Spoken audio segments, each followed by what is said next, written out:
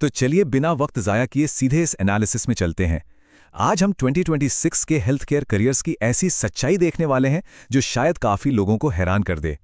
एक ज़माना था जब एक बेसिक जेनरिक मेडिकल डिग्री मिलना ही सक्सेस की गारंटी होता था, पर अब हार्ड डेटा कुछ और ही कहानी बयान कर रहा है। अब बाजी पूरी तरह से स्पेशलाइजेशन के हाथ में है। एक बार जरा इस नंबर पर ध्यान दीजिए। 24 मिलियन यानी 2.4 करोड़। ये प्रोजेक्टेड नीट यूजी एप्लीकेंट्स का आंकड़ा है। ये सिर्फ एक नंबर नहीं है, ये अपने आप में एक बहुत बड़ा मैथमेटिकल बॉटलनेक है। सीधे शब्दों में कहें तो ट्रेडिशनल मेडिकल फील्ड में अब किस हद तक भीड़ बढ़ चुकी है, ये उसका सबूत है।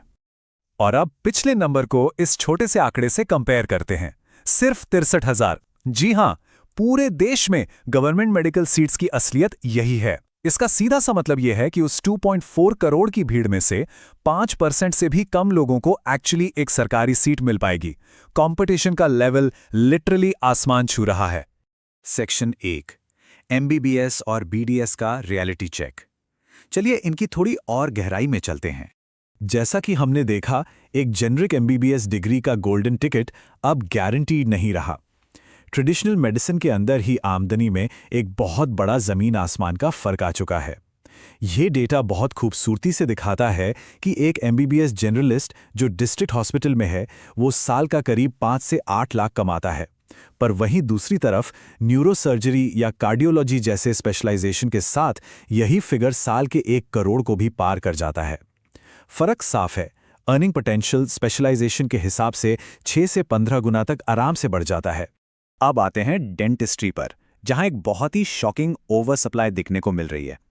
वर्ल्ड हेल्थ ऑर्गेनाइजेशन कहती है कि 7,500 लोगों पर एक डेंटिस्ट होना चाहिए, पर भारत का एक्चुअल रेशो क्या है? 3,845 लोगों पर एक। मतलब WHO की रिकमेंडेशन से practically double dentist already market में मौजूद हैं। और आने वाले कल की पिक्चर और भी अलार्मिंग है। 1 लाख। ये 2030 तक भारत में डेंटिस्ट की प्रोजेक्टेड ओवर सप्लाई का आंकड़ा है। इस कड़वी सच्चाई का नतीजा ये है कि प्राइवेट क्लिनिक्स में फ्रेशर्स की सैलरी बुरी तरह गिर चुकी है, कुछ जगहों पर तो महज 15,000 रुपये महीना। तो आगे बढ़ते हैं सेक्शन 2 पर, ग्लोबल नर्सिंग करियर्स, जहां एक्चुअली डिमांड और अपॉर्चुनिटीज बहुत हाई हैं। इन सैचुरेटेड डोमेस्टिक ऑप्शन से थोड़ा हटकर सोचें तो ग्लोबल नर्सिंग एक काफी लुक्रेटिव ऑल्टरनेटिव बनकर उभरता है। इस टेबल को देखिए। अमेरिका में सैलरीज मैसिव हैं, पर वहां वीसा बैकलॉग 12 से 13 साल का एक बड़ा हर्डल बन जाता है। उसके कंपैरिजन में यूके का प्लेसमेंट प्रोसेस काफी तेज है और वहां वीसा बहुत जल्दी मिल जाता है। जर्मनी भी एक कमाल का ऑप्शन है, जहां लैंग्वेज रिक्वायरमेंट पूरी करने के बाद बहुत ही सॉलिड पैकेजेस मिल रहे हैं।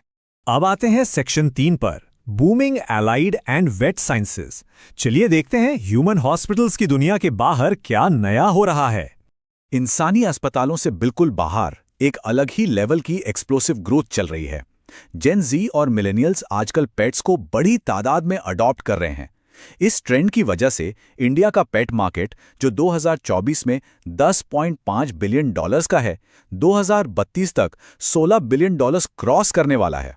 ये बूम कॉर्पोरेट वेट्स और फार्मा रिसर्च के लिए बहुत ही शानदार और हाई पेइंग मौके क्रिएट कर रहा है।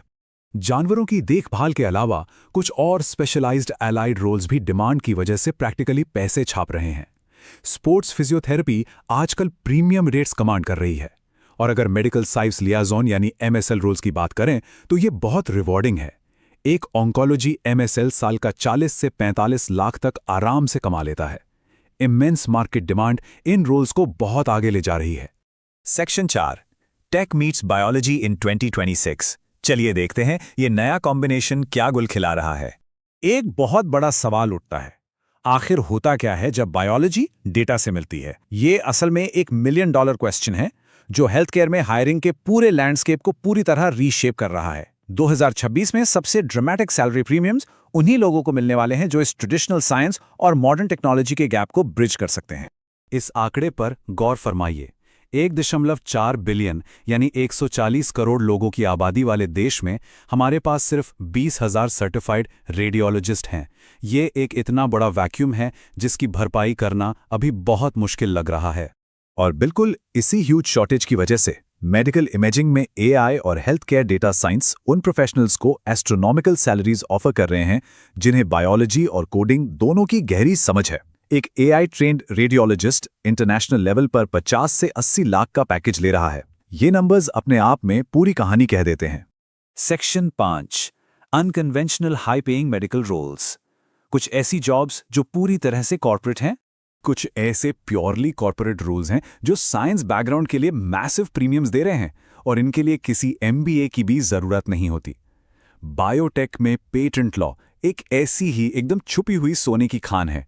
यहां बस एक बेसिक साइंस डिग्री और एक सिंगल एग्जाम क्लियर करना होता है और बस उसके बाद फ्रेशर्स भी इजीली 15 लाख की आमदनी से शुरुआत कर सकते हैं।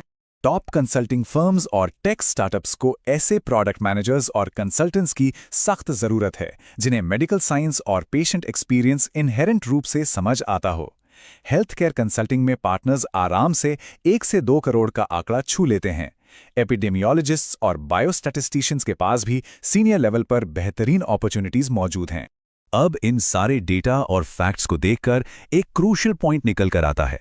उन चीजों पर निर्भर मत रहिए जो 20 साल पहले काम करती थी। आंख बंद करके बस एक जेनेरिक डिग्री के पीछे भागना अब पुरानी बात हो चुकी है। मॉडर्न करियर्स डिमांड करते हैं कि हम हाईली डिमांडेड स्किल्स को अपने नॉलेज बेस के ऊपर कंटिन्यूअसली स्टैक करते जाएं।